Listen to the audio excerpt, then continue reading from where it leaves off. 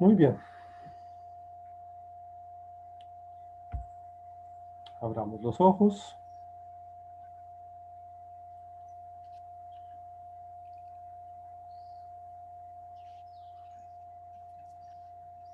Y entonces demos comienzo a, esta, a este ciclo de conferencias sobre vida interior y desarrollo espiritual.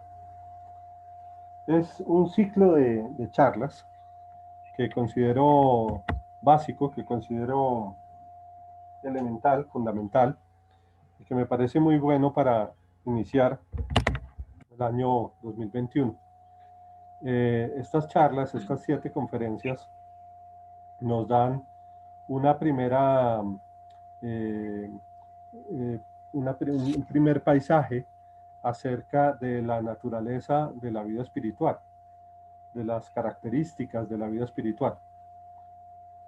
La vida espiritual suele confundirse con la vida religiosa. Y esa confusión no es del todo incorrecta, pero es parcialmente incorrecta. Es parcialmente incorrecta porque, por supuesto, han sido generalmente las religiones las que se han encargado del desarrollo espiritual. Y por eso muchas personas todavía creen que estamos hablando de religión cuando hablamos de espiritualidad.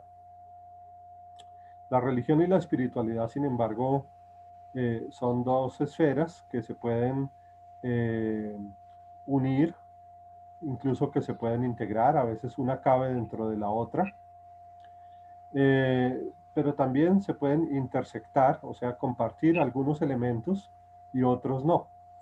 Es como cuando uno jugaba en clases de geometría o de trigonometría a unir círculos. Entonces uno puede poner los dos círculos tangenciales el uno al otro, o uno puede poner un círculo compartiendo un área con el área del otro círculo, o uno puede meter un círculo dentro del otro. Esos dos círculos son la espiritualidad y la religión. Muchos dicen que la espiritualidad es un terreno mucho más amplio que la religión. En ese sentido, el círculo de la religión estaría dentro del círculo de la espiritualidad y por lo tanto habría muchos temas espirituales que están dentro del área de un círculo espiritual que no forman parte del círculo que podemos definir como actividad religiosa. Aquí estamos hablando del desarrollo espiritual como algo que puede ocurrir tanto al interior como al exterior de la práctica religiosa. Y por práctica religiosa entiendo pues que una persona puede tener una serie de creencias dentro de la religión en la que fue criada, la que se le enseñó desde niño, que es normalmente la religión madre. Eh, pero también hay muchos temas de espiritualidad que pueden estudiarse y experimentarse incluso sin creencias religiosas ni una formación religiosa previa o anterior. De hecho, podríamos hablar de un ateísmo espiritual. En, en muchos casos, la espiritualidad no requiere ni siquiera una creencia dogmática en Dios, aunque sí requiere siempre una intención de comprender lo sagrado en la vida, una intención de comprender lo trascendente. No hay espiritualidad en el mundo, en un ser humano, no puede haber espiritualidad si no hay una búsqueda de un horizonte trascendente. Y está muy relacionada el desarrollo espiritual con la vida interior. A veces, por ejemplo, la religión gira alrededor de dogmas o creencias que intelectualmente deben ser defendidas por un su adherente, pero también alrededor de rituales que la persona debe realizar. Y cuando dogmas y rituales son la actividad principal de una religión, puede ocurrir que la vida interior esté descuidada. Esto no solo ocurrió con las religiones monoteístas, y las religiones occidentales, en Occidente, sino que también ocurrió incluso con las religiones orientales.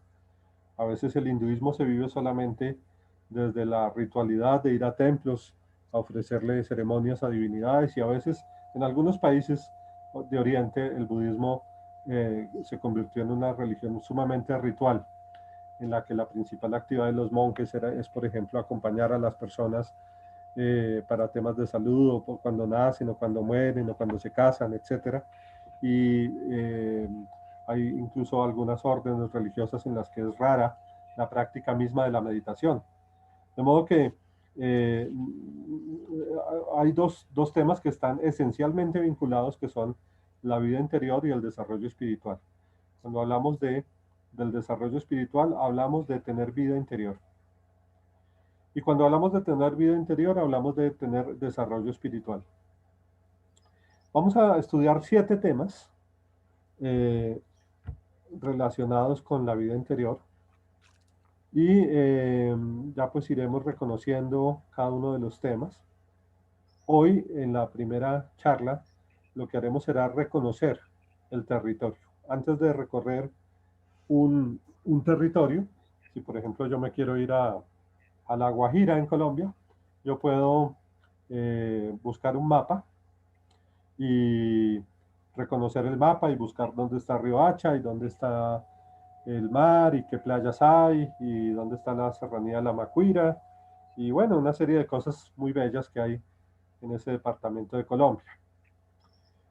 Yo he estudiado el mapa en ese caso, he reconocido el territorio al cual voy a viajar, y luego, por supuesto, entonces ya me monto en mi automóvil, me voy con mi familia, recorro La Guajira, disfruto de estar allí y experimento el territorio de primera mano.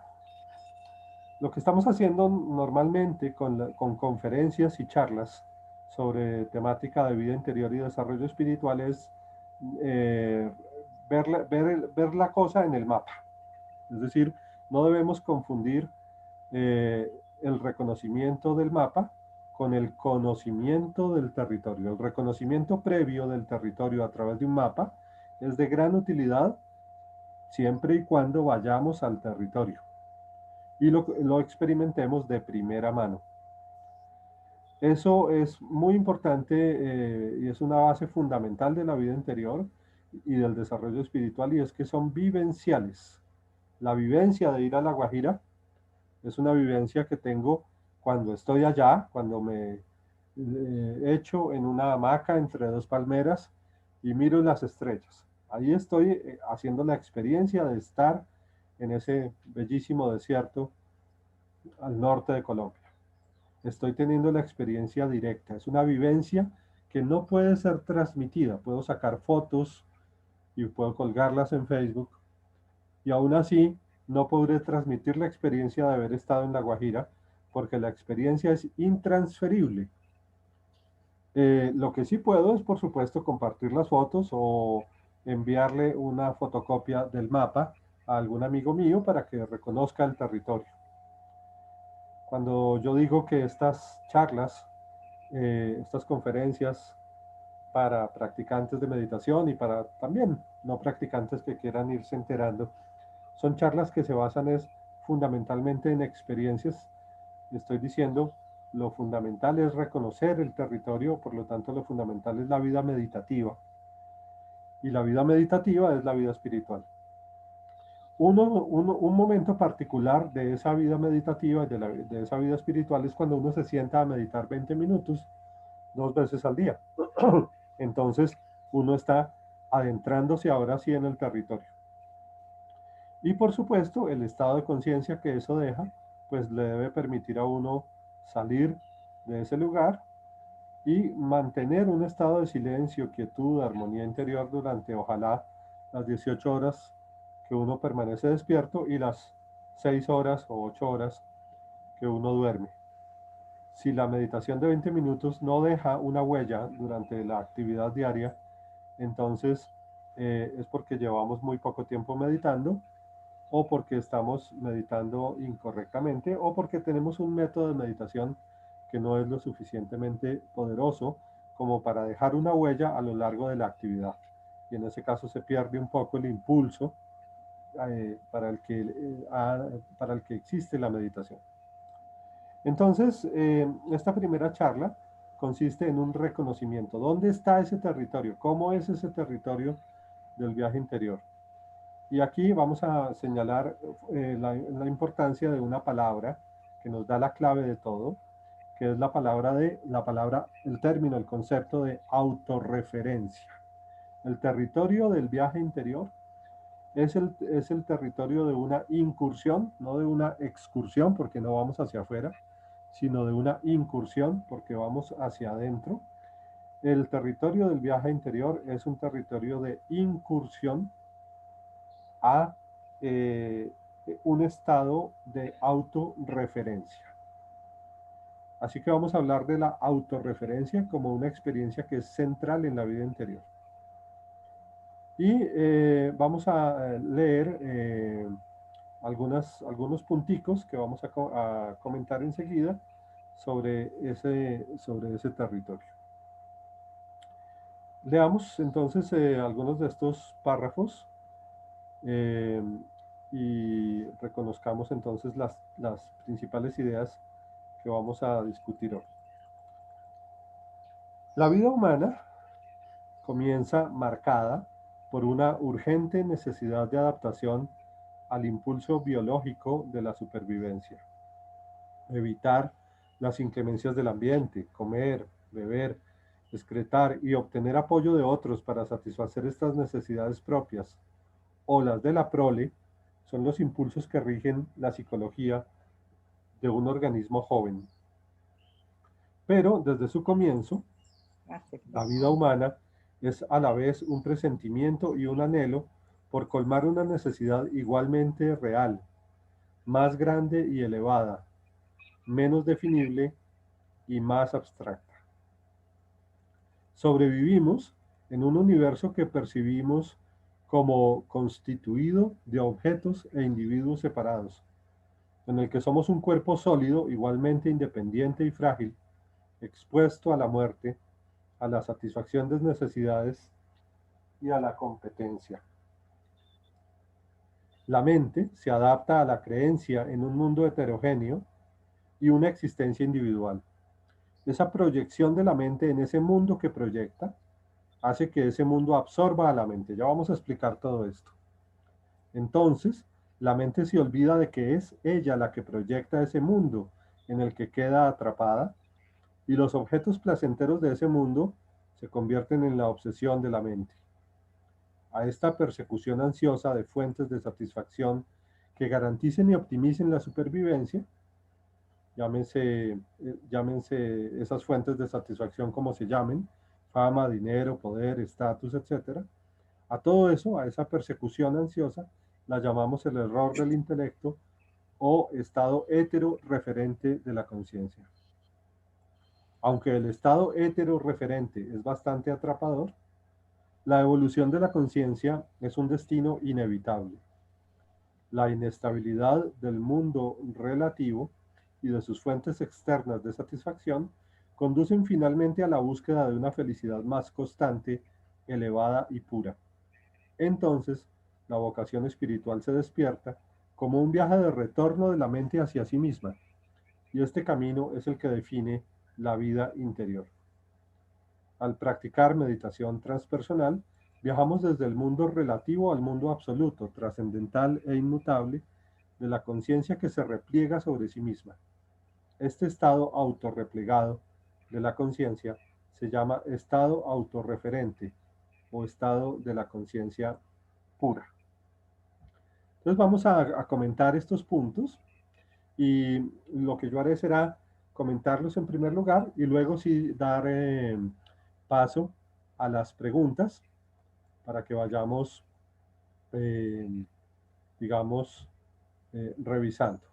Yo creo que podemos hacer interrupciones por ahí cada 10, 15 minuticos más o menos para preguntas sobre lo que se va explicando y, luego quizás una sesión de preguntas general para lo que en total se haya explicado. Entonces vamos a comenzar por aquí. Decíamos que la vida interior tiene como esencia o como fundamento una incursión. Pero esa incursión, la de la vida interior, se opone a una tendencia previa, que es la tendencia de los seres vivos. Los seres humanos somos seres vivos. Y como somos seres vivos, entonces, digamos, nuestra tendencia es la misma de los seres vivos en principio. Cuando nacemos, cuando nos desarrollamos como un embrión, pues lo primero que ocurre con nosotros es que queremos explorar el mundo. El sistema nervioso de un niño es el sistema nervioso no es tan diferente del sistema nervioso de un perrito, no es tan diferente del sistema nervioso de un animalito. ¿Qué es lo primero que hace? ¿Qué es lo primero que necesita hacer un animalito cuando nace? Pues sobrevivir. Cuando apenas nace el ternerito, pues la mamá le corta el cordón umbilical, le limpia la placenta y el ternerito lo primero que hace es tratar de ponerse en pie. Media hora después, una hora después, el ternerito ya está limpio y está de pie.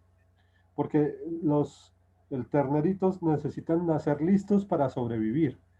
Muy pronto tendrá que ser capaz de correr si hay un peligro para evitar ese peligro.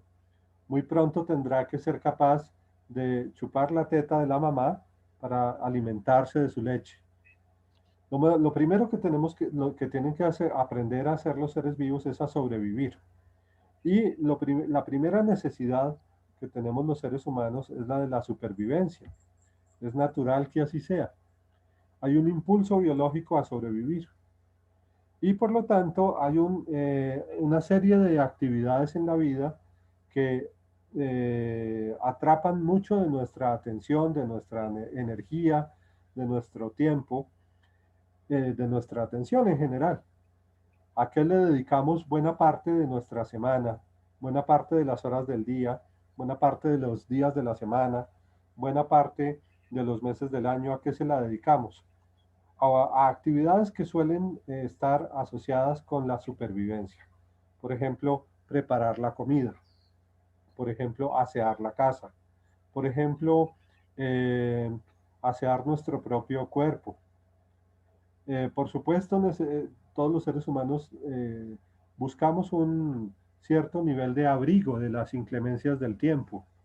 De modo que si no estamos si no, la ropa nos sirve para que el tiempo sea menos inclemente, para ser menos frágiles respecto al calor o al frío.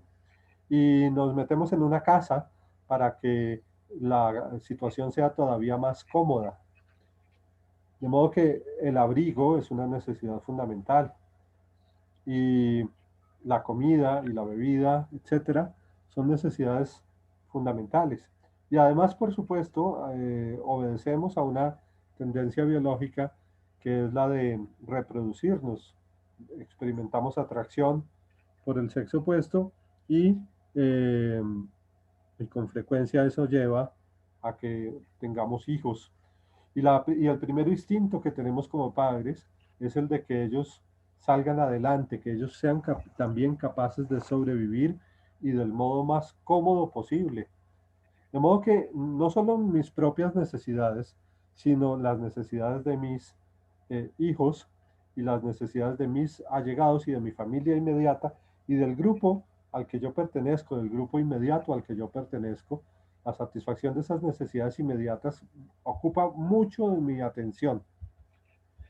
Eh, y todo eso se llama supervivencia. Giro alrededor de la supervivencia.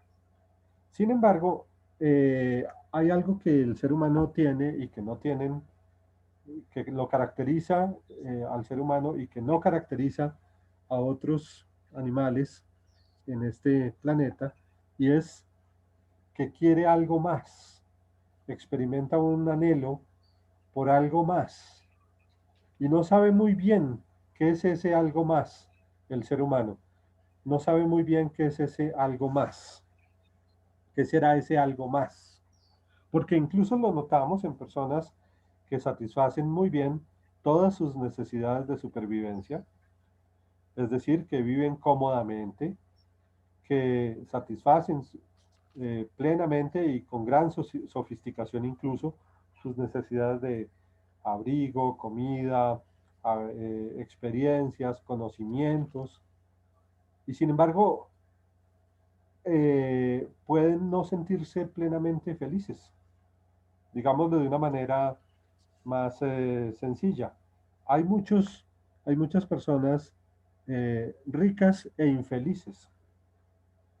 Hay muchas personas que tienen toda la información del mundo, son, digamos, en ese sentido son sabias, aunque la sabiduría es otra cosa. Hay muchas personas eruditas e infelices. Hay muchas personas famosas e infelices, poderosas e infelices, y hay muchas personas que tienen mucha salud y aún así se sienten infelices. De modo que si ni la salud, ni el poder, ni el dinero, ni la fama garantizan la felicidad, aunque sí la facilitan, por supuesto, pueden facilitarla hasta cierto grado, debe ser que la felicidad consiste en alguna otra cosa. Y esa necesidad de algo más, que es un poco abstracta, que es un poco difícil de aprender, que no es muy fácil saber en qué consiste, es la semilla de una búsqueda de vida interior, es la semilla de la vida interior y de la vida espiritual. La sociedad nos permite o no, más bien nos impide reconocer que esa semilla es auténtica. Muchas veces la sociedad nos dice que esa semilla es inauténtica, que no la miremos, que no la observemos, que no le prestemos atención a esa semilla, que esa semilla solamente es el resultado de alguna otra cosa, pero no de una búsqueda espiritual en potencia. La sociedad puede fácilmente susurrarnos la idea de que es simplemente un malestar psicológico o de que es simplemente un malestar endocrino. La sociedad puede decirnos que es simplemente el reflejo de que no hemos comprado el último iPad o de que no hemos viajado al último lugar de moda turístico. La sociedad podría y tiene la tendencia, y especialmente la sociedad de consumo, a suscitarnos la idea de que la semilla no existe, de que no es válida. Y en general estamos tan presos en nuestras actividades, tan llenos de actividades por cumplir y por realizar, que la semilla en muchos casos permanece no vista, no atendida, no reconocida. Y por eso crece en muchas personas una sensación de ansiedad o de insatisfacción interior que no saben ni siquiera verbalizar, pero que está allí. Y a veces esa misma ansiedad y ese mismo vacío interior se acompañan de estados emocionales y afectivos negativos y dan inicio a una depresión o dan inicio a una disfunción emocional.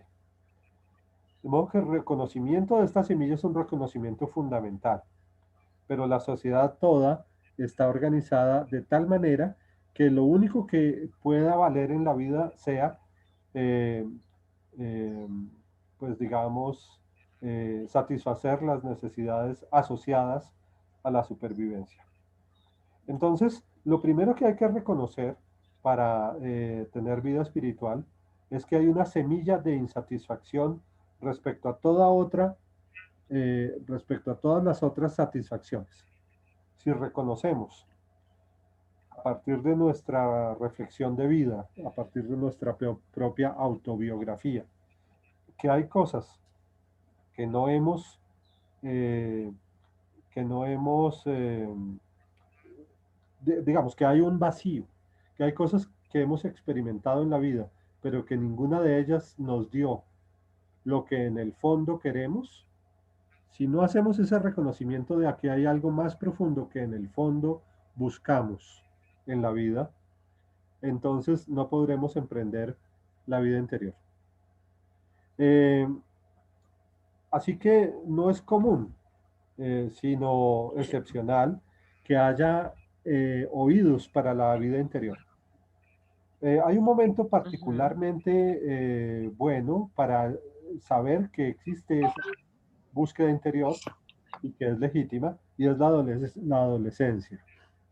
Cuando el niño deja de ser un preadolescente y comienza a ser un adolescente, y durante su adolescencia en general, pero sobre todo al inicio de la adolescencia, dicen muchos investigadores, entre ellos Claudio Naranjo, un psiquiatra con el que yo me formé en Enneagrama y en otras cosas, decía él, es un momento particularmente importante antes de que empiece la adolescencia, inmediatamente antes o en los inicios de la adolescencia, que se facilita mucho que reconozcamos que hay una búsqueda interior que se está despertando.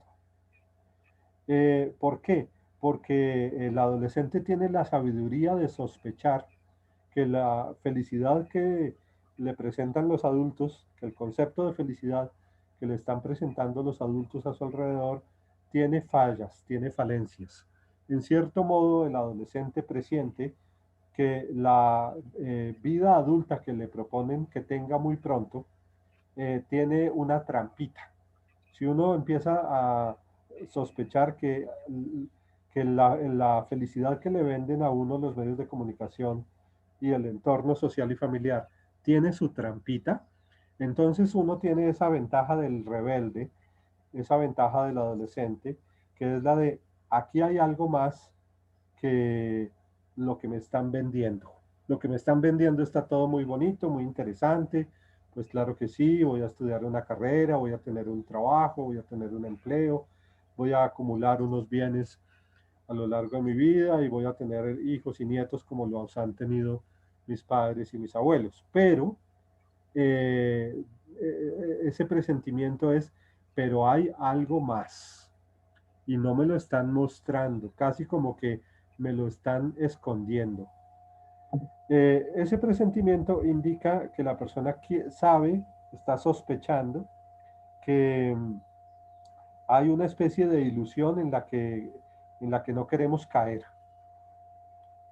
Eh, y la sospecha de esa ilusión eh, está muy bien presentada, por ejemplo, en esta película Matrix, ¿no?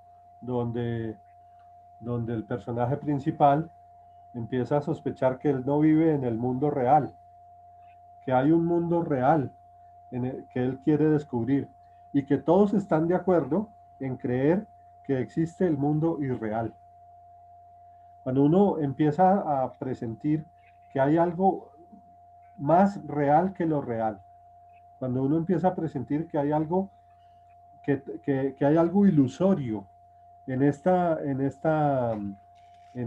mundo que me circunda y en mi concepto de mí mismo, estoy empezando a infectarme de un tóxico que se llama filosofía, de un tóxico que se llama vida interior, de un tóxico que se llama vida espiritual.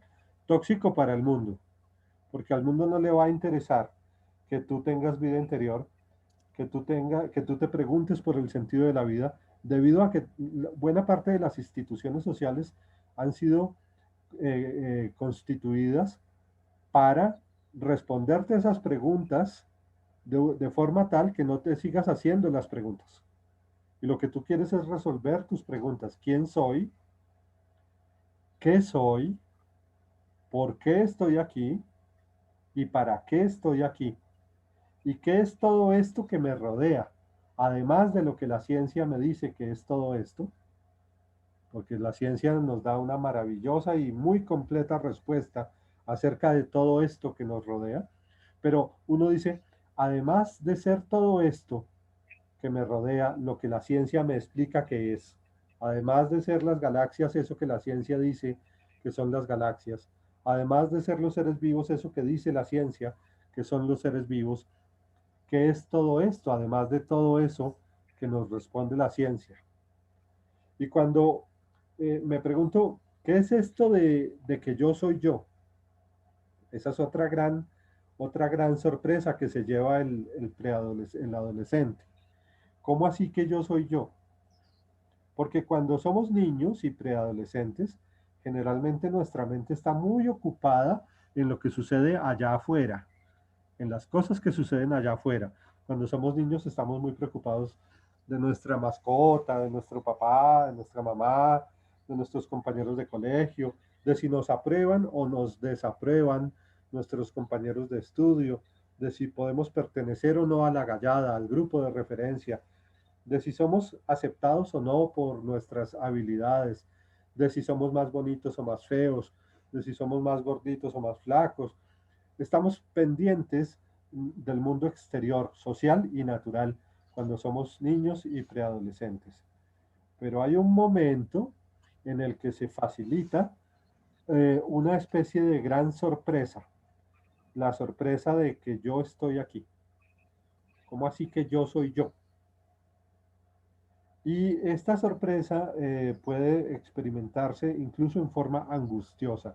Los filósofos que más se destacaron después de la Segunda Guerra Mundial en Europa fueron los llamados existencialistas. El existencialismo como movimiento filosófico se dio sobre todo después de la Segunda Guerra Mundial.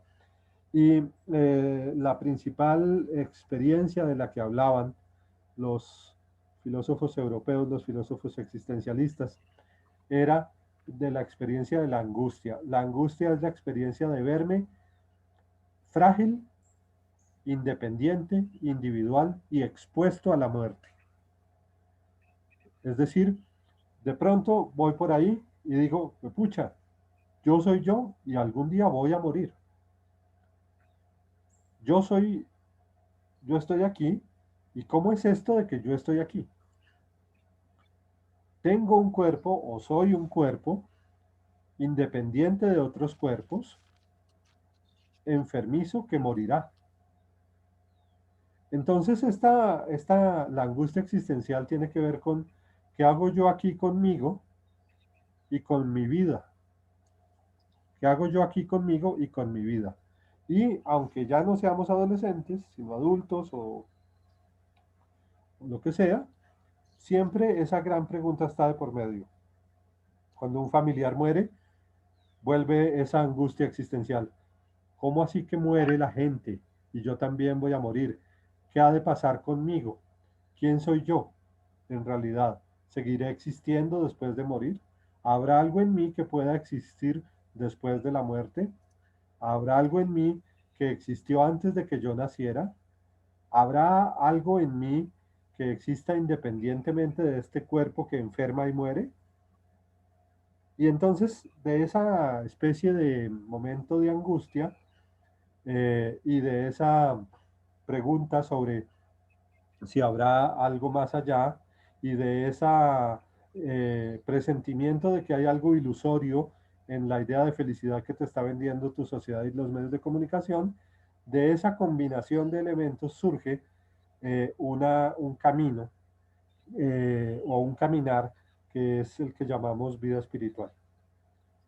Y entonces ahí surge una, una, una especie de rebeldía que es la rebeldía del alma. Hasta ese momento hemos forjado un temperamento y una personalidad. Y por supuesto nuestros colegios y nuestros educadores se ocupan mucho de que el niño tenga una bonita personalidad y una saludable personalidad. Y cuando uno ve a un preadolescente, qué sé yo, 10, 11, 12 años, y uno dice, es muy personita este niño o esta niña, entonces uno se siente orgulloso como padre de ese niño o de esa niña, o el educador se siente orgulloso de ese niño o de esa niña. Dice, ¿qué personita es? Miren cómo tiene criterios para todo. Miren cómo se comporta casi como un adulto. Miren cómo toma sus propias determinaciones, tiene sus propios gustos. ¿Qué personita es este niño o esta niña? Y eso está muy bien, que desarrollemos un carácter y un temperamento y una personalidad. Eso está muy bien, eso está muy bien, que nos desarrollemos como personas, es decir, como individuos autónomos, emocional y mentalmente. Y es parte de la meta de la educación y del objetivo de la educación que deben brindar padres y educadores, que el niño se vuelva personita, que llegue a sentirse como alguien muy personita. Ahora, hay sin embargo algo más que la personita. La personita generalmente es un conjunto de, un conjunto de comportamientos y de pensamientos y emociones que están adaptados a la sociedad. Entonces, eh, digamos, hay un buen niño allí, hay una buena niña allí, es juicioso, es juiciosa. ¿Qué personita es? Eh, y ese nivel de adaptación está bien porque para ser aprobados en sociedad todos necesitamos adaptarnos al lenguaje que hablan las personas que están a nuestro alrededor, a las costumbres que tienen, a las creencias que tienen, a la forma de vestir que tienen, etcétera. De modo que uno se hace personita, pues básicamente adaptándose a la sociedad en la que uno nació. Y está muy bien que todos seamos personitas, pero la personita es digamos, un resultado de un proceso de adaptación social. Y aquí estamos hablando de una desadaptación importante para la vida interior, para la vida espiritual, que es la desadaptación del adolescente.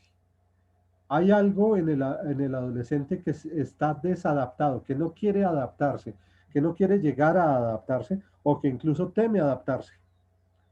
Eh, y ese componente de desadaptación, de rebeldía, es una ventana abierta para que esa persona inicie su vida espiritual, porque por ese túnel de desadaptación y de rebeldía, la persona empieza a intuir que hay algo más allá de lo que le enseñaron de lo que me enseñaron que yo soy. Hay algo más que yo soy, diferente de lo que me enseñaron que yo soy. Y si tengo eso claro, que me sospecho, que me huelo, que hay algo más que yo soy, que es diferente de lo que me enseñaron que yo soy, estoy comenzando a sospechar la existencia de un territorio que quiero explorar, en el que quiero entrar, en el que quiero vivir, en el que quiero tener experiencias, que es el territorio de los estados de conciencia superior, que es el territorio de la vida interior, que es el territorio de la vida espiritual. Entonces, aunque hay un proceso de adaptación de la, de la, de la mente a un mundo exterior, aunque hay un proceso de adaptación de la mente a mi existencia individual, a mi propio cuerpo, uno se acostumbra a sentir que uno es un cuerpo y uno se acostumbra a sentir que uno está en una sociedad, lo que se va a producir Pero es una especie de proyección de mi mente algo en más el mundo. que yo soy, lo que me enseñaron que yo soy. Bueno, La si quieren, adaptación hacemos, genera, hasta ahí aclaramos si vamos bien, si vamos, dale, hay preguntas hasta ahí antes de continuar.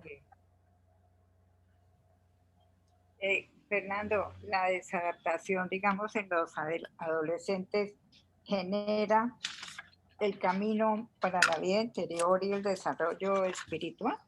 No solo tiene que ser una desadaptación mezclada con otros ingredientes, porque la desadaptación y la rebeldía por sí solas pues, también pueden ser origen de muchas dificultades en la vida psicológica y de muchas dificultades futuras para ese ser humano que es un adolescente.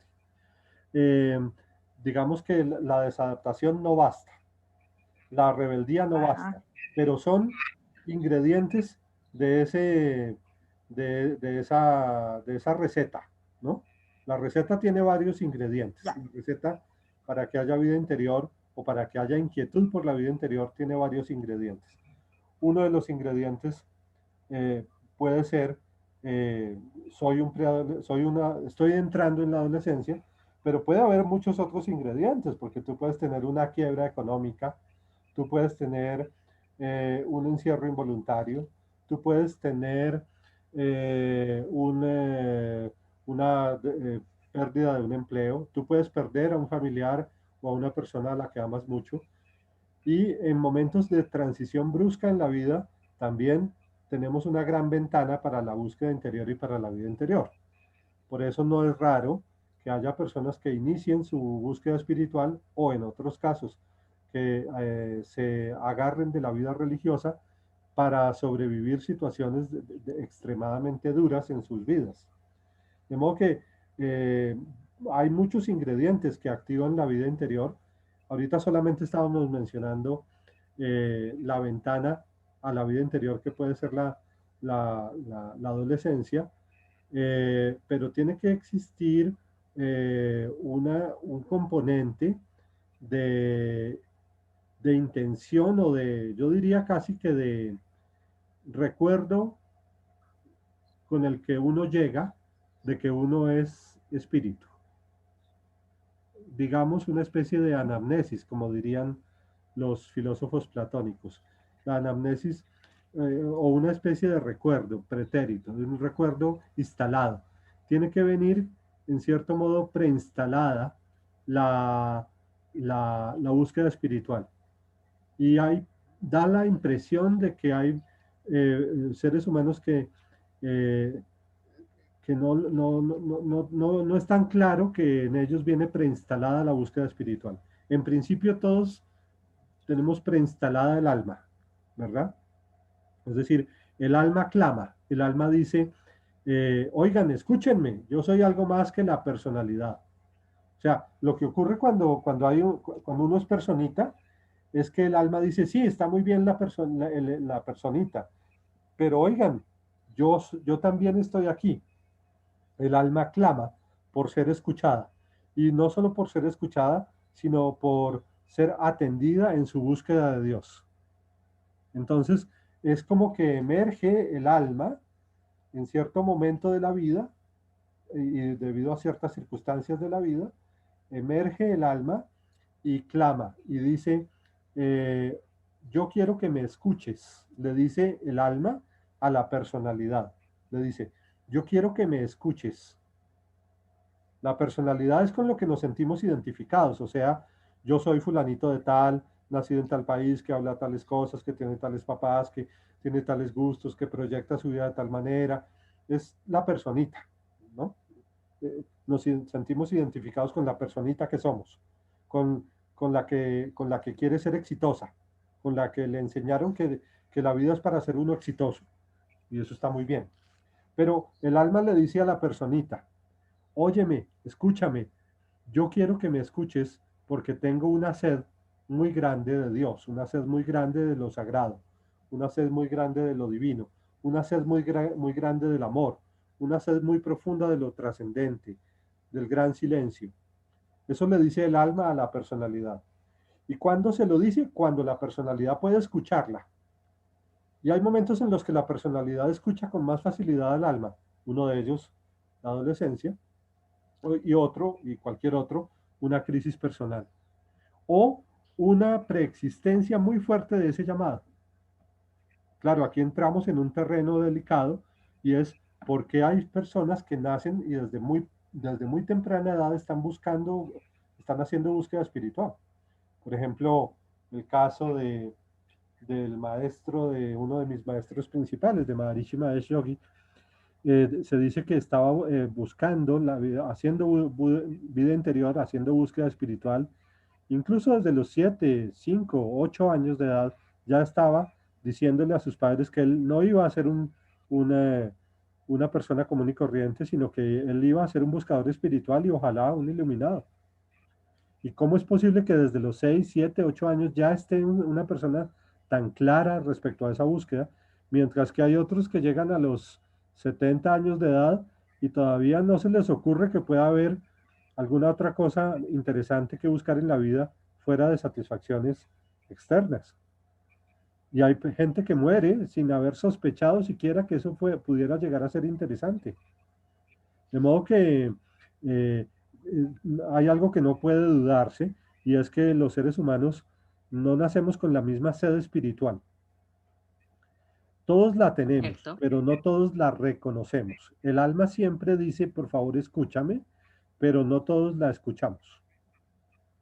hay características de personalidad sumamente egoicas o egocéntricas, es decir, personalidades demasiado consolidadas, excesivamente consolidadas por razones psicológicas, por la forma como fueron criadas, por la forma como, por muchas razones, son personalidades demasiado consolidadas y se vuelven personalidades cerradas, herméticas al llamado del alma. Entonces puede pasar la vida entera sin que el alma sea escuchada en su clamor.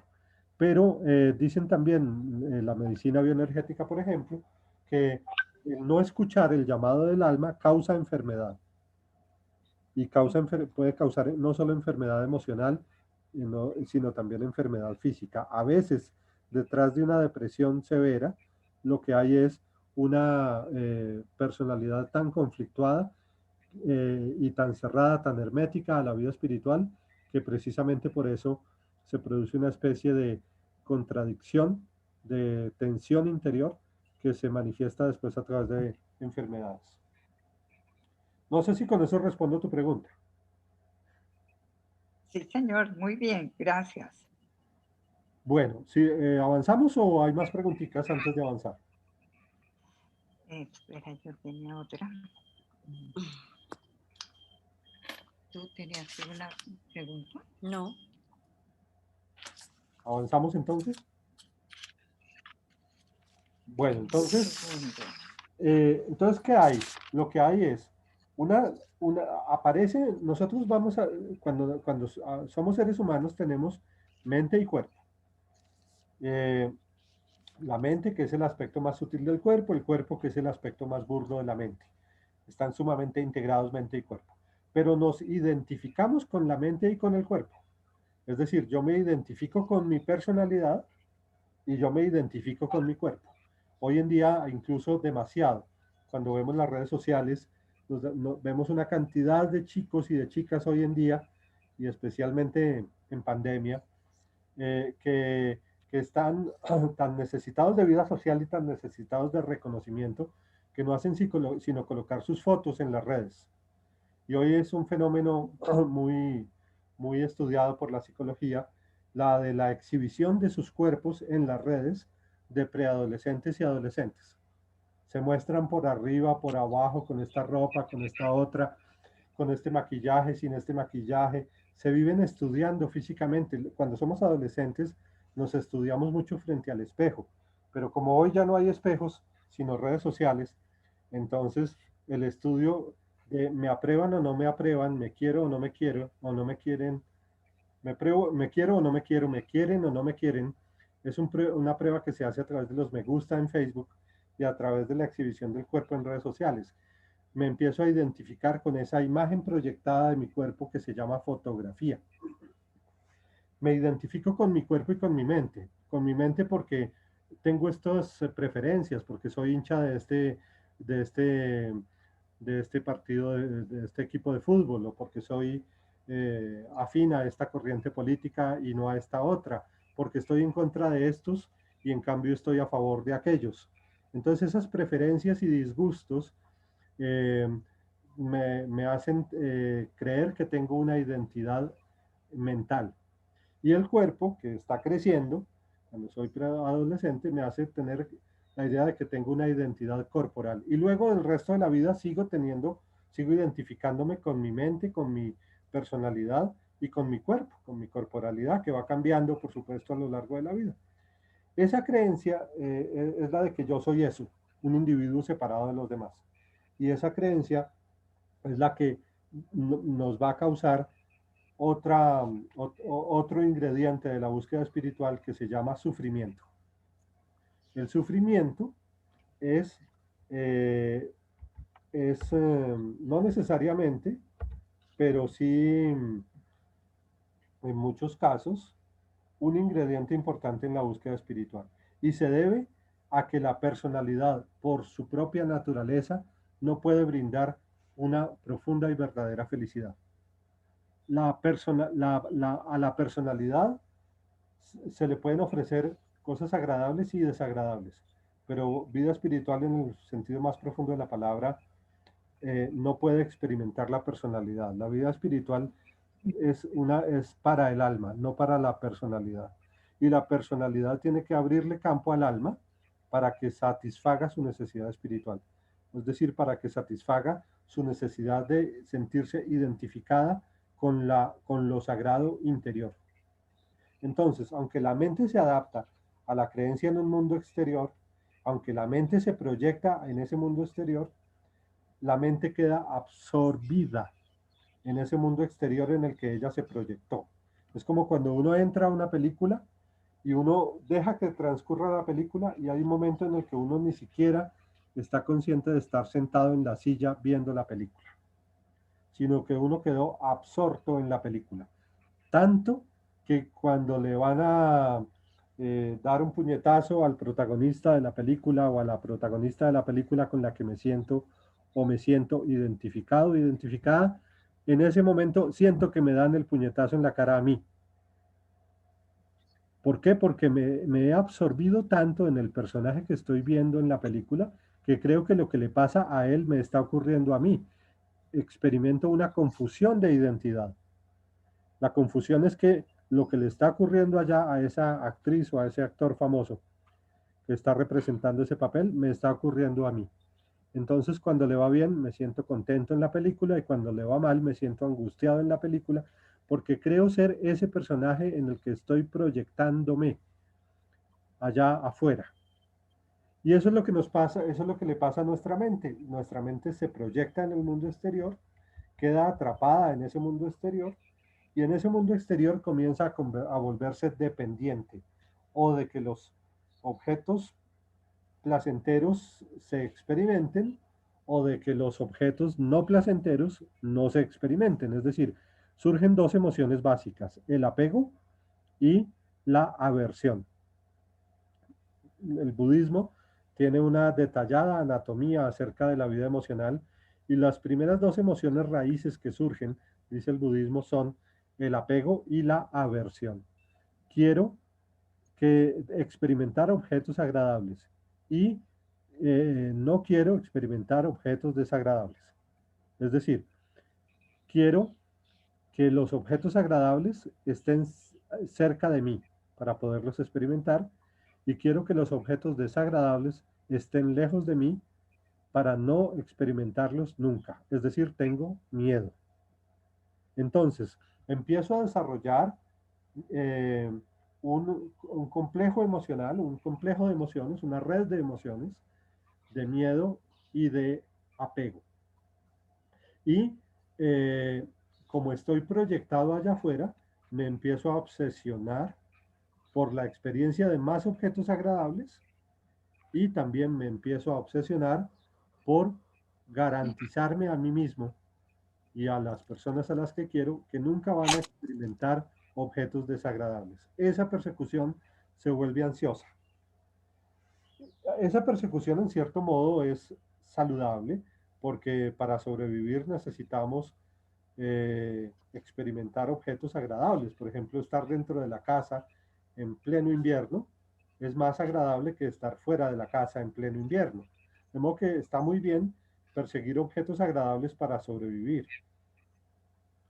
Eh, pero también eh, se vuelve adictivo. Es decir, tengo una experiencia agradable, me queda el recuerdo de esa experiencia agradable, ya no tengo la experiencia agradable, pero sí tengo su recuerdo y por lo tanto quiero volverlo a experimentar, porque la experiencia agradable me dejó un recuerdo de algo agradable. Como ya no tengo el objeto agradable, no lo estoy experimentando ahora, pero recuerdo lo agradable que era, entonces deseo de nuevo experimentar ese objeto agradable.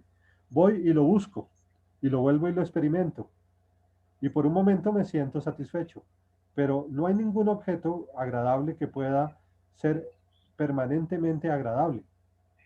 Y esto es muy importante entenderlo. Yo puedo disfrutar de algo agradable por un rato, pero no puedo disfrutar permanentemente de eso. Por ejemplo, hay momentos en los que disfruto de un gran momento romántico en mi vida amorosa, pero la vida de pareja no es permanentemente romántica, ni puede convertirse en un permanente romance. Yo puedo experimentar un momento muy agradable ganando un partido de fútbol, y sintiéndome el que metí el gol. Pero no puedo tener ese nivel de excitación de ser el que metió el gol y al que todos aplauden permanentemente. Eso solo ocurre en determinado momento. Entonces, como el objeto agradable se experimenta por un momento, pero se deja de experimentar, entonces por eso mismo se produce un deseo de una nueva experiencia similar, pero más fuerte, porque si se da igual de fuerte no va a ser tan agradable. Y ahí es donde la persona fuma y se vuelve adicta a fumar, o ahí es cuando la persona eh, toma alcohol y se vuelve adicta a tomar alcohol, o ahí es cuando la persona disfruta por un momento de que a su hijo le fue bien y pudo sentirse orgullosa de él, pero se vuelve adicta a sentirse orgullosa de cosas que haga su hijo, y entonces convierte a su hijo en un objeto de adicción y a sus éxitos en una obsesión, etcétera, etcétera. Ahí es cuando empieza la conducta obsesiva. Esa persecución ansiosa de fuentes de satisfacción se llama aquí error del intelecto o estado heterorreferente de la conciencia. Llegamos entonces al concepto del que partimos en esta charla. Decíamos que la vida interior consiste en descubrir que existe un estado autorreferente de la conciencia. Y lo primero que estamos haciendo para hablar de vida interior es hablar de la vida exterior. La vida exterior ha consistido en que yo convierto a mi mente en algo ansioso. Convierto a mi mente convierto la experiencia mental en una experiencia adictiva, mayor o menormente adictiva. Y recordemos que no solamente somos adictos, no solamente hay adicciones cuando hay disfunciones sociales. Normalmente llamamos adicto al que ya tiene una disfunción social. Es decir, no puede hacer otras cosas, ya ni logra trabajar, ya no logra ni siquiera tener vida familiar por su adicción, etc. Pero las adicciones pues son mutuas y de muchos tipos y las hay mayores y las hay menores. Y en últimas, la razón por la que tenemos vida espiritual es porque nos hemos vuelto adictos en mayor o menor medida a ciertos objetos de satisfacción. Entonces nuestra mente se ha vuelto heterorreferente. O sea, estamos en una cosa que en la India llaman pragya para, el error del intelecto. Pragya para, el error del intelecto. El error del intelecto es creer que la felicidad surgirá de alguna fuente externa de satisfacción. Esa creencia la tenemos permanentemente. Cada minuto surge esa creencia de que la felicidad vendrá de alguna fuente exterior. Cuando yo pongo mi ilusión de la felicidad en cualquier fuente externa de satisfacción, estoy practicando heterorreferencia, es decir, no estoy referido, referencia significa relación, ¿no? Y hetero significa a algo distinto de mí. Auto significa a mí mismo, automóvil, o sea, una máquina que se mueve a sí misma, auto. Y hetero es lo contrario de auto. Hetero significa dependo de algo para. Por ejemplo, un coche de caballos no es un automóvil, sino que es un heteromóvil, porque depende del caballo para que lo arrastren. Entonces ese coche no es autorreferente, sino heterorreferente. Si no llegan los caballos para empujarlo, el coche no se mueve. En cambio, el automóvil no necesita caballos que lo muevan, él se mueve a sí mismo. Entonces aquí estamos hablando de una conciencia heterorreferente, es decir, estamos hablando de que nuestra mente se volvió dependiente de algo externo a sí misma. Y estamos hablando de que la vida interior consiste en cultivar un estado permanente de autorreferencia. Decíamos aquí en una de nuestras frases que aunque el estado heterorreferente es bastante atrapador, la evolución de la conciencia es un destino inevitable. Es decir, todo ser humano que madure, que se dé tiempo para madurar, o al que las experiencias lo impulsen a madurar más rápido, se va a dar cuenta tarde que temprano. Y ojalá no tarden demasiadas décadas en darse cuenta de que es mejor ser autorreferente que heterorreferente. Es decir, todo ser humano que madure se tiene que dar cuenta de que las fuentes del mundo relativo, las fuentes de satisfacción del mundo relativo, del mundo exterior son inestables y que por lo tanto hay que buscar una felicidad más constante, elevada y pura que la que nos producen las fuentes externas de satisfacción. Cuando por fin empezamos a darnos cuenta de que vale más lo que está dentro que lo que está afuera, entonces ahora sí podemos decir que hemos emprendido un camino espiritual. Hemos empezado a buscar al buscador. Es decir, hemos empezado a buscar al sujeto que busca. Ya no estamos buscando objetos exteriores que el sujeto busca, sino que estamos buscándonos a nosotros mismos como sujetos. La búsqueda de mí mismo, esa es la búsqueda espiritual. ¿Quién soy yo? Pero no una búsqueda teórica, intelectual, solamente filosófica de conferencias, sino una búsqueda de experiencias en el territorio interior. Y ese territorio interior solo se explora a través de la meditación. La mente retorna a sí misma en la meditación. La vida interior se produce a través de la meditación. La meditación es la práctica por medio de la cual nosotros viajamos del mundo exterior al mundo interior, porque viajamos incluso de las zonas externas de la conciencia a las zonas internas de la conciencia, de los niveles más superficiales de la mente a los niveles más profundos de la mente. Vamos hacia nuestro estado de autorreferencia.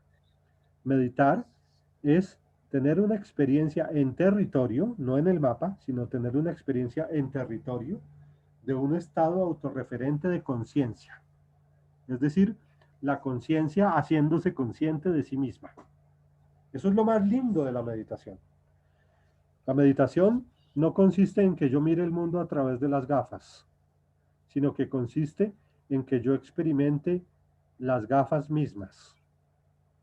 Las gafas, por supuesto, existen para mirar el mundo exterior, pero no hay nada más profundo, no hay nada más elevador, no hay nada más liberador que experimentar la transparencia misma de las gafas con independencia de todo eso que podemos mirar a través de ellas. La meditación consiste en experimentar las gafas sin lo que se mira a través de ellas. O sea, yo me pongo unas gafas y miro unas montañas, miro unos árboles. Los árboles y las montañas que miro son mi mente dirigida hacia afuera, hacia el mundo heterorreferente, pidiéndole a las montañas y a los árboles que me hagan feliz. Entonces yo soy un adicto de montañas y de árboles, porque sin ellas me siento infeliz. Soy un limosnero de felicidad, porque le pido a los árboles y a las montañas que me hagan feliz a mí. Si no estoy frente a árboles y montañas, me siento el ser más infeliz del mundo o me deprimo. Significa que soy un adicto, porque dependo de objetos que miro a través de mis gafas, como montañas y árboles que puedo mirar. Pero si yo medito, entonces yo tengo la experiencia de tener las gafas, de ser las gafas, de ser yo mismo las gafas mismas. ¿Qué veo en ese momento? Cuando solamente experimento las gafas como gafas y no me interesa experimentar algo por medio de mis gafas. ¿Qué experimento en ese momento? No experimento las montañas ni experimento los árboles, sino que experimento la transparencia de las gafas.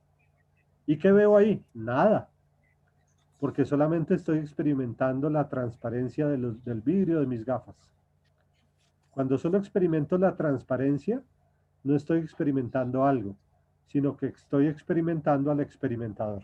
Aquí parece que yo estoy hablando como en un trabalenguas, y yo sé que algunos se confunden cuando uso el trabalenguas, pero no hay otra forma de hablar de la experiencia de la autorreferencia de la conciencia, sino utilizando el trabalenguas. Entonces les voy a dar la palabra para que aclaren sus propias dudas sobre lo que estoy explicando cuando estoy hablando de el estado autorreferente de la conciencia y de la vida espiritual como un progresivo camino de asentarme o de afirmarme cada vez más y con el paso de los años en una experiencia interior de autorreferencia, es decir, en una experiencia interior de autonomía en la felicidad, de una experiencia en la que yo cada vez soy más consciente de ser feliz independientemente de cualquier cosa que ocurra en el mundo exterior. Ayer mismo estaba grabando en vivo y quedó grabado en Facebook un ejercicio de, eh, de autorreferencia de conciencia al que llamé ejercicio de invulnerabilidad, una meditación, una visualización que hice de invulnerabilidad. Me siento invulnerable cuando soy autorreferente. Cuando medito, enfatizo, me echo más y más capas de pintura de invulnerabilidad. Me echo más capas y capas de pintura de autorreferencia. Me conozco más y más a mí mismo como unas gafas transparentes que sirven para ver el mundo, pero sobre todo como la transparencia de esas gafas. Bueno, les doy la palabra para que aclaremos por lo que ya entré en el trabalenguas de la filosofía espiritual. Sí vimos. Sí. Mira, el error del intelecto es creer que yo recibo cosas del exterior que son finalmente los que me van a hacer feliz, me van a dar todo en la vida. Correcto. Pero entonces el ser humano se va dando cuenta que lo que viene de afuera no le va a satisfacer totalmente y que necesita irse a una búsqueda que le satisfaga esa necesidad. ¿Está claro lo que entendí allí? Súper claro, lo has dicho muy bien, lo has dicho mejor que yo. Entonces, Entonces, es como si nosotros fuéramos un coche, ¿sí? Como si nosotros al nacer fuéramos un coche que, que no sé por qué aprendió que él no es nadie sin caballos. Y entonces siempre dependió de tener caballos y además no solo quiso tener 2 caballos, sino 4, 6, 12 caballos. Y incluso en algún momento pensó que debería tener 200 caballos, porque cada vez tiene más miedo de que sus caballos se mueran, sus caballos se enfermen, sus caballos puedan no estar disponibles para cuando él quiera moverse, etcétera. Y un buen día, ese coche se da cuenta de que él tenía un motor y que estaba dentro del coche y que podía prender ese motor y que podía moverse por sí mismo y que nunca había necesitado caballos. Esa es la vida espiritual. La vida espiritual consiste en que tú creíste que ibas a necesitar de tantas cosas para ser feliz. Y en efecto, disfrutaste de muchas cosas y te volviste adicta a ellas. O te volviste adicta a ciertos miedos porque sufriste ciertas cosas. O sea, hubo objetos que causaron insatisfacción. Entonces tuviste temor de experimentar objetos parecidos a esos. Por ejemplo, malos amigos, o por ejemplo, eh, malos empleados, o por ejemplo, dolores físicos. Entonces te volviste adicta a no experimentar ciertas cosas, o sea, a tener ciertos temores, o a experimentar ciertas cosas, es decir, a tener ciertos apegos. Y todas esas cosas de las que te volviste adicta son como los caballos, que el coche aprendió, que el coche por alguna manera aprendió a necesitar tener. Pero hay un momento en el que descubres que tu coche tenía motor, o sea que tú no eras un heteromóvil, sino que tú eras un automóvil. Y empiezas a descubrir que hay una fuente interna de felicidad en ti y que esa fuente interna de felicidad está más allá de apego y aversión. Es decir, que esa fuente interior de felicidad no es un gozo, sino una fuente de verdadera felicidad. La fuente de verdadera felicidad no es un gozo que causa algo, sino que es una felicidad que causa ser, que causa el hecho de ser. Cuando tú meditas, tú experimentas ser y disfrutas de ser, y no hay algo externo de lo que estés disfrutando. Entonces empiezas a experimentar que ser ya es suficiente para la felicidad, que ser ya es felicidad por sí mismo, y que ser no es algo que dependa de enfermar o morir, ni de nacer siquiera, sino que siempre eres, que eres invulnerable, que eres eterno, que eres eterna. El coche empieza a descubrir que el motor estaba dentro de sí y que solo había que prender un botón. para que se encendiera ese motor y ya no se necesitara nunca más de caballos. No sé si la metáfora sirve de algo. Sí, muchísimo. Pero digamos, eso que uno va descubriendo del ser y que ese ser es la felicidad y la que nos ampara de todo y que ya, digamos, somos invulnerables, ¿eso es verdad? ¿Eso es qué? ¿Verdad? Eso es verdad. ¿O es un sentimiento profundo de uno? Es una verdad como una profunda convicción interior. Esa convicción interior no puede tenerse de un momento para otro, ni es tan fácil de tener como la convicción de que 2 por 2 son 4. Esa convicción interior hay que fortalecerla a través de la práctica espiritual.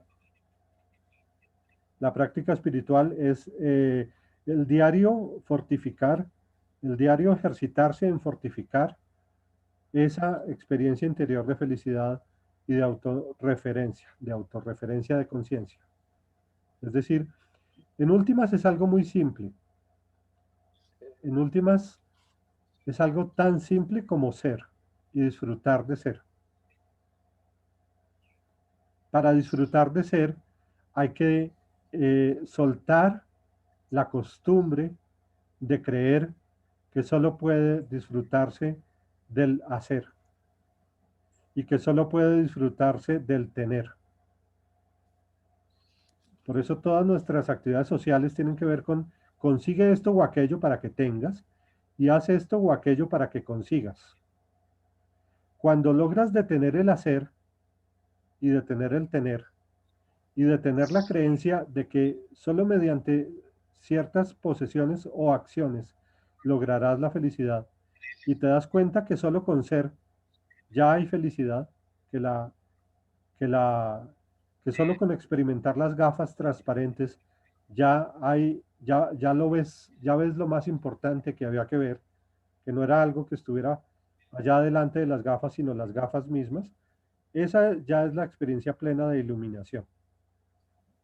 Ah, ya, ya. Pero eso, digamos, si uno logra llegar allá y logra la parte previa, la iluminación, ¿eso ya no tiene regreso o tiene uno que seguir cultivando y trabajándolo permanentemente? Eh, Ahí hay varias etapas que se llaman estados de conciencia. Eh, Cada una de esas etapas se llama estado de conciencia. Y los estados de conciencia son como los estados de ánimo, pero con una diferencia. Los estados de ánimo son reversibles, o sea, ahorita estás de mal genio, pero se te quita. Y luego estás triste, pero se te quita. O sea que son reversibles. Y ahorita estás súper emocionada, pero se te quita. O sea que positivos o negativos son reversibles. En cambio, los estados de conciencia son irreversibles. Es decir, cuando, cuando adquieres la primera conciencia clara y diáfana de tu propio ser, sin ningún obstáculo, sin ningún oscurecimiento en esa experiencia, eso se llama conciencia cósmica. Y una vez que, ¿Conciencia qué? cósmica, No. y una vez experimentas conciencia cósmica, nunca más en tu vida de ahí en adelante dejas de tener conciencia cósmica. Es irreversible.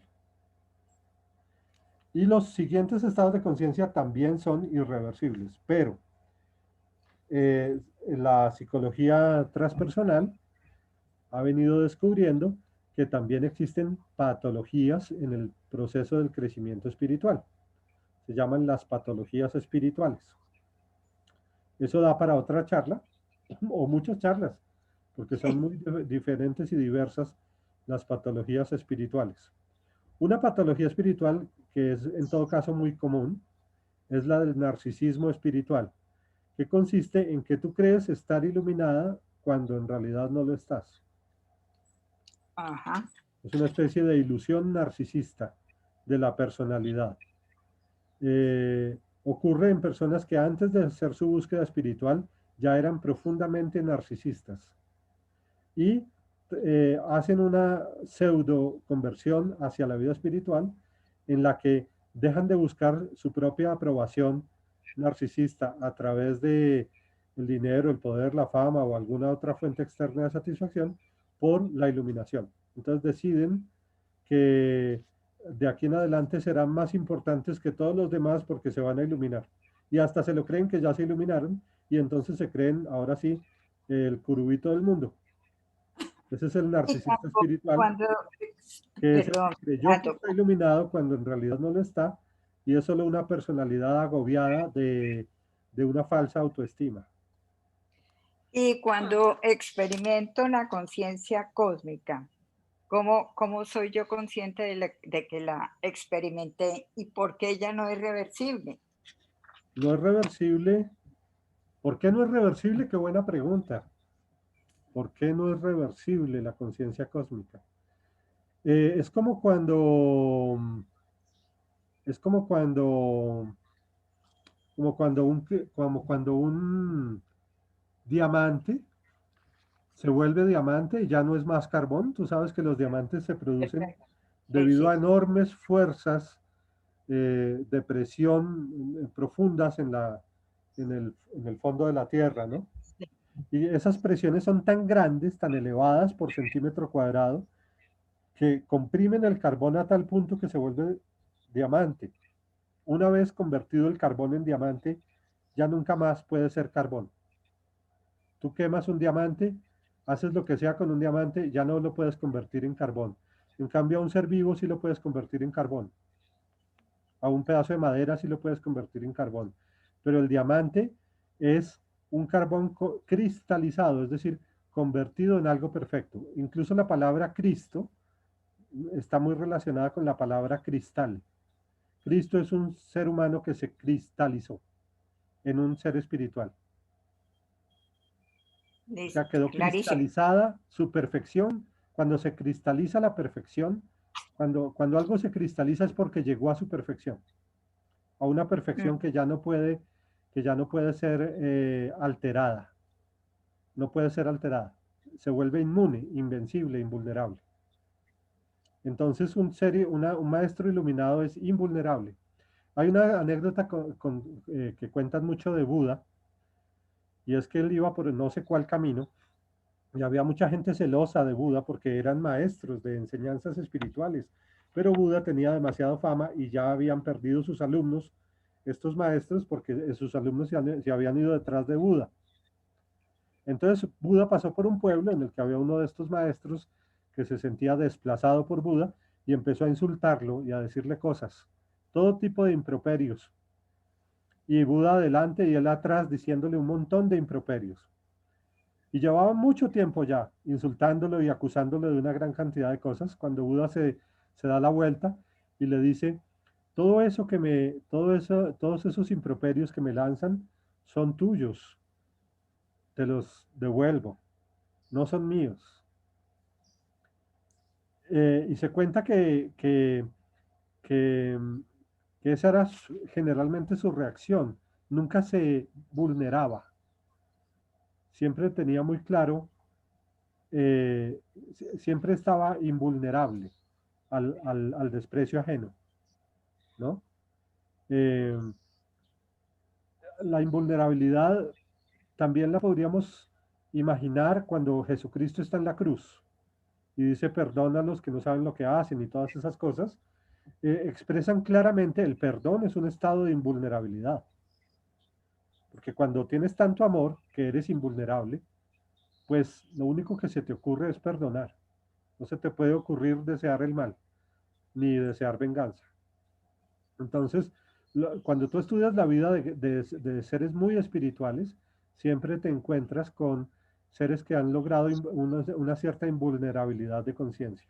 Pero hay grados de invulnerabilidad y por eso hay grados de conciencia y por eso la historia no termina en conciencia cósmica, sino que avanza más allá.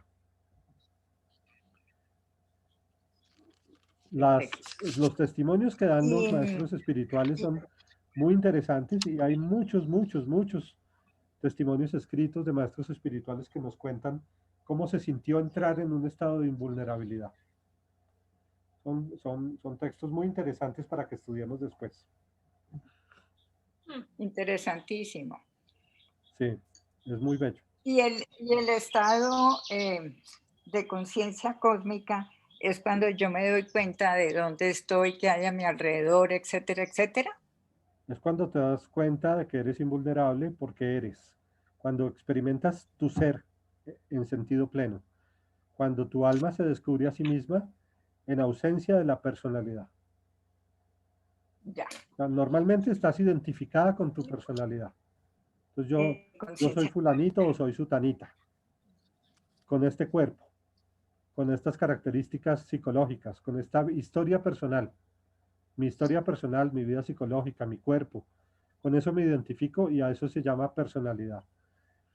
Conciencia cósmica es el descubrimiento del alma cristalina que soy, del ser puro que soy, de la pureza interior que siempre estuvo allí y que no depende, cuya identidad no depende de nada exterior. O sea, el alma no es mujer ni hombre, ni de derecha ni de izquierda, ni de este equipo de fútbol ni de este otro, ni rica ni pobre, ni flaca, ni... El alma no tiene características que la opaquen. Y descubro que soy eso. Y al descubrir que soy eso, dejo de tenerle miedo a la muerte, y a la enfermedad, y a la pobreza, y al desprecio ajeno, y no puede haber temor alguno, porque sé que nada de eso puede afectarme en lo que soy en esencia. Clarísimo. Entonces ahí se dice que la persona está asentada en un estado autorreferente de conciencia. La autorreferencia es perfecta, es decir,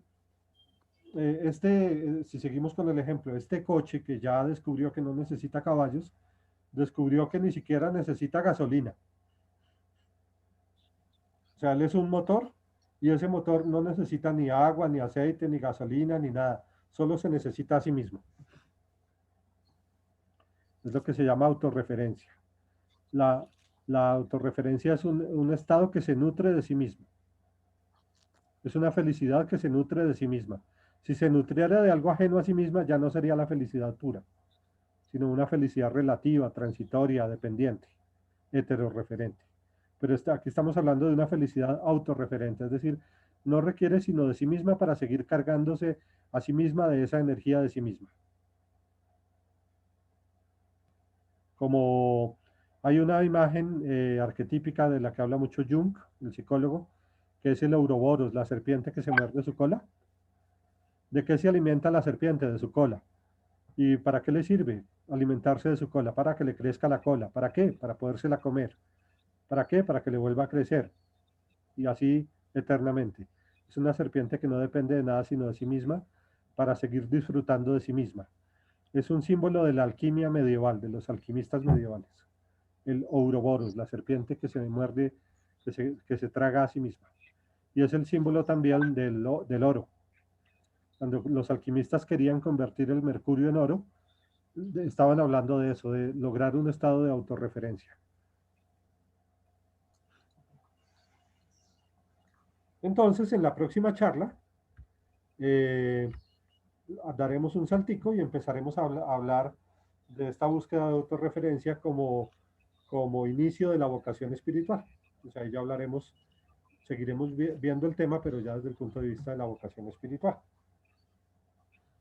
No, qué cosa tan buena de conferencia, tan profunda, tan clara, tan trascendente.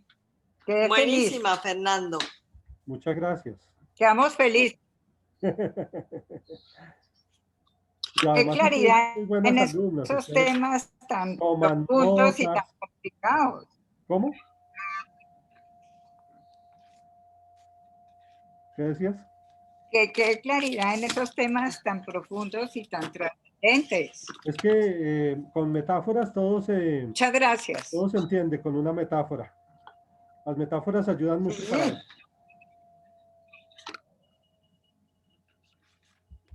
Muchas gracias, Fernando. Buenísimo.